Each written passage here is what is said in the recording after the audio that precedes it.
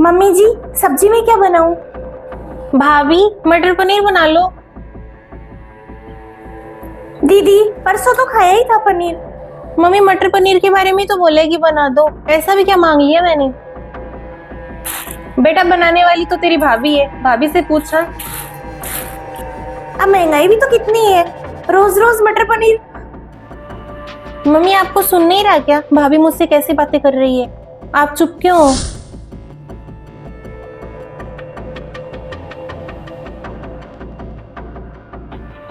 दीदी मम्मी जी अब क्या बोलेंगे, और बोलेंगे भी क्यों? इन्होंने पूरी जिम्मेदारी मुझे दे रखी है। घर में संभालती हूँ, बहू हूँ मैं इस घर की। क्या बनेगा ये बस मैं मम्मी जी से पूछ लेती हूँ एक बार। मटर पनीर तो महीने में 3 दिन ही बनेगा।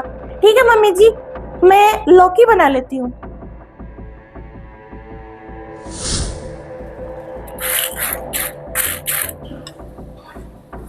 बहू, बेटा मैं तो सत्संग में जाकर आ रही हूँ, टाइम लगेगा। हाँ, मंदिर में 2-2.5 घंटे का टाइम लग जाएगा, तो तू पीछे से देख लेना, ठीक है? हाँ ठीक है मम्मी जी, आराम से जाया हो आप। दीदी आप खड़े हो, मुझे सफाई करवाओ। आप फटाफट से झाड़ू पोछा करो, मैं कपड़े वगैरह धोती हूँ। उसके बाद में आपके भैया के दोस्त आएंगे ना, तो खाना वगैरह बनाएंगे। फिर चलो खड़े हो जाओ। काम? भाभी मुझसे काम नहीं होता, आप कर लो काम। अरे हाँ, जल्दी आने का करूंगी मैं थोड़ा। हाँ, दिमाग से ही निकल गई मेरे तो। वो बता रहा था कि 5-4 दोस्त आएंगे उसके। कर लेना तुम, ठीक है? मम्मी जी मैं संभाल लूंगी, दीदी भी तो है, आप आराम से आना। दीदी चलो झाड़ू लेकर आओ, फटाफट खड़े हो जाओ। भाभी मैं पिछले 5-7 दिन से देख रही हूँ, आप मुझे चाय भी नहीं बनाकर देते हो, खुद ही बनाकर पीनी पड़ती है मुझे। दीदी अब आप यहीं रहने हो, ये सबको पता है। 3 महीने तो आपको हो गए, तो मैं तो देखो आपका काम करने वाली हूँ नहीं। भाभी भैया के दोस्त आ रहे हैं, आपके घर में गेस्ट आ रहे हैं, मैं क्यों करूँ काम? मुझसे तो नहीं होता, वो भी 5-7 लोगों का। आपके भाई के दोस्त है ना, मेरे पति के दोस्त है, तो दोनों का काम बराबर करने का हिसाब है। तो खड़े हो जाओ, बहस मत करो। आप मेहमानों के सामने आप बेइज्जती करवाओगे, खड़े हो जाओ। भाभी आप अपना समय खराब कर रहे हो, मुझसे मत उम्मीद लगाओ, मैं कोई काम नहीं करने वाली। आप और लेट हो जाओगे, काम कर लो। अब क्या है ना कि घर में मेंबर बड़ा है, तो काम तो करना पड़ेगा ही। अब आप ससुराल तो जाने वाले हो नहीं, यही रहोगे, तो काम भी है ना आधा आधा कर लिया करो। ये क्या बदतमीजी है भाभी? दीदी काम तो करना ही पड़ेगा, घर में एक मेंबर बड़ा है तो काम भी बड़ा है और खर्चा भी बड़ा है। थोड़ा खर्चा भी कम करना पड़ेगा और काम करना पड़ेगा, यहाँ पर रहोगे तब। मेंबर बड़ा है?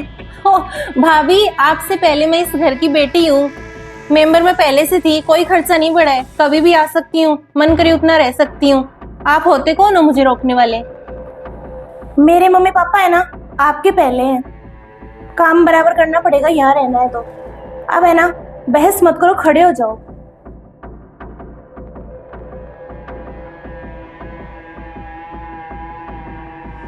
आ गई मम्मी आप। मम्मी मुझे है ना 10,000 रुपए दो आप।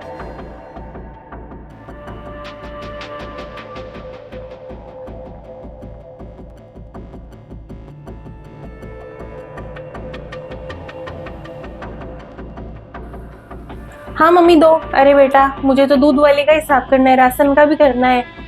अब इतने ही पैसे हैं, तेरा भाई इतना ही देता है एक बार में, महीने का तो इतना ही लगता है अपने। तू बता तुझे कितने चाहिए?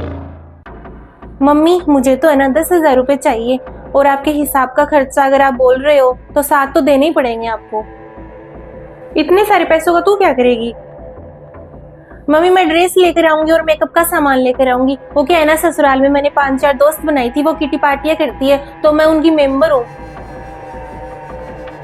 अब मम्मी उन्होंने तो मुझे पार्टियां दे दी, आज मेरा नंबर है देने का।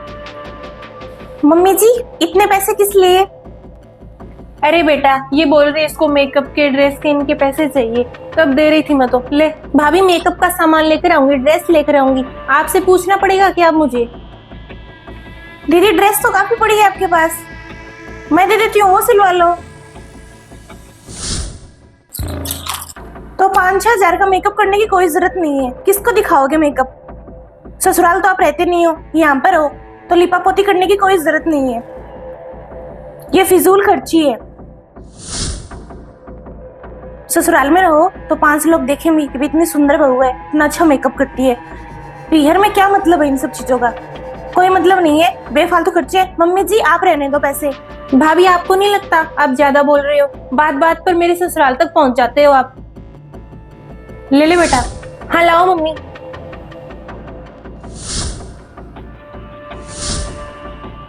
भाभी ये क्या तरीका है? दीदी कोई जरूरत नहीं है फालतू का खर्चा करने की। दीदी खाने पीने की आपकी कोई कमी है नहीं, सारा खर्चा आपके भैया उठाते हैं। ऐसे हमारा खर्चा कैसे चलेगा फिर? इतनी कितनी तनख्वाह है आपके भाई की? 10,000 रुपए तो आप ही ले लो। ये फिजूल खर्ची है, आप ससुराल में करते थे, वहां सब परेशान थे आपसे और यहाँ पर भी करने लग गए। भाभी भैया तो खाने पीने का खर्चा उठाते हैं, इंसान के और भी तो शौक होते हैं ना, मुझे भी मेरे वही पूरे करने हैं। मम्मी जी बुरा मत मानना, आपकी चुप्पी है ना इस घर को बर्बाद कर देगी। आप दीदी को समझाओ, समझाकर ससुराल भेजो उनको। यहाँ पर क्या उल्टे खर्चे लगा रखे हैं इन्होंने। बेटा जब तू कमाएगी ना तब तुझे पता चलेगा पैसे की कदर क्या होती है। अब कमाती तू कुछ है नहीं, काम भी नहीं करती और महीने के 20-25 हजार रुपए खर्च कर देती है। तेरी भाभी कितने दिन बर्दाश्त करेगी तुझे? सही कह रहे हो मम्मी जी आप बिल्कुल। दीदी आप तो सिर्फ अपने बारे में सोचते हो, इतने मतलबी मत बनो आप। वो तो आपके ससुराल वाले काफी अच्छे हैं जो कुछ एक्शन नहीं ले रहे, वरना कब का तलाक दे देते आपको।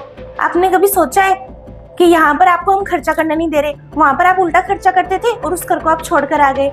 अगर जीजा जी ने आपको तलाक दे दिया तो कहाँ जाओगे आप, क्या करोगे? कभी सोचा है? आपके ससुराल वाले बहू लेकर आए थे कि वो भी घर संभाले।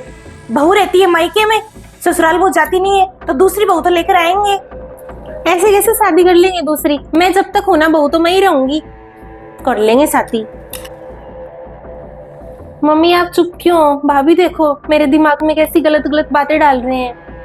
बेटा चुप नहीं रहूं तो क्या करूं? 3.5 महीने से तू तेरे मायके में बैठी है, ससुराल में से तो तू लड़ाई करके आ गई और वहां भी तेरे ना खर्चे की लड़ाई थी। जमाई से आगे तूने सारे पैसे खर्च कर दिए, छोटी छोटी बातों पे तू बेफालतू के पैसे खर्च करती है और यहाँ पर तेरे भाई के खर्च करने लगे। अब मैं भी क्या बोलूं, तेरी भाभी जाने और तू जाने। दीदी ये सोचो आप, आपकी सास आपका कितने दिन इंतजार करेगी? घर संभालने के लिए बहू तो चाहिएगी ना, दूसरी बहू ले आएंगे। ऐसा हो सकता है? बेटा ना तो तू ससुराल में काम करती थी ना तू यहाँ पर काम करती है। जब तू काम नहीं करेगी और उल्टा खर्चा करेगी तो कौन सी भाभी रख लेगी तुझे और कौन से ससुराल वाले रख लेंगे? 3 महीने तो आपको हो गए, कितना इंतजार करेंगे आपका?